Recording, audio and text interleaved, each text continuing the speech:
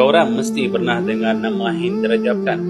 Kalau pada siapa-siapa yang tidak pernah dengar lagi dan tidak kenal siapakah itu Hind Rajab?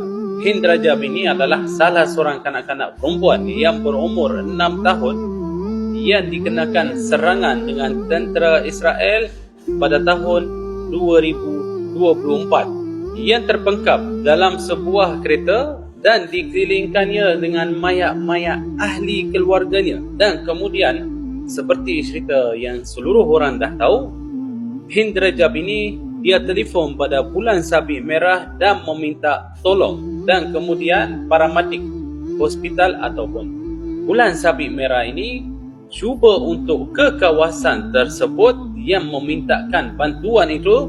Dan kemudian Israel dan tentera Israel melancarkan serangan terhadap 2 orang petugas bulan sabit merah itu. Jadi kenapa sekarang ini muncul lagi cerita arwah Hind Rajab kanak-kanak itu?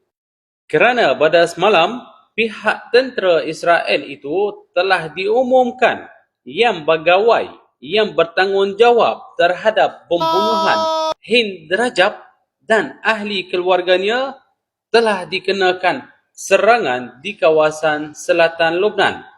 Dan dalam masa yang sama, kerana tindakan Hizbullah terhadap tentera Israel, ada juga dilaporkan seramai 17 orang daripada tentera Israel itu telah dilaporkan mereka cedera parah. Dan jangan lupa, korang perlu berdoa pada seluruh keluarga kita yang berada di Gaza dan juga Palestin. Dan juga jangan lupa doa untuk arwah Hind Rajab itu dan keluarganya. Semoga Allah merahmati mereka dan seluruh syahid-syahid umat Islam di Palestin dan seluruh negara-negara Islam.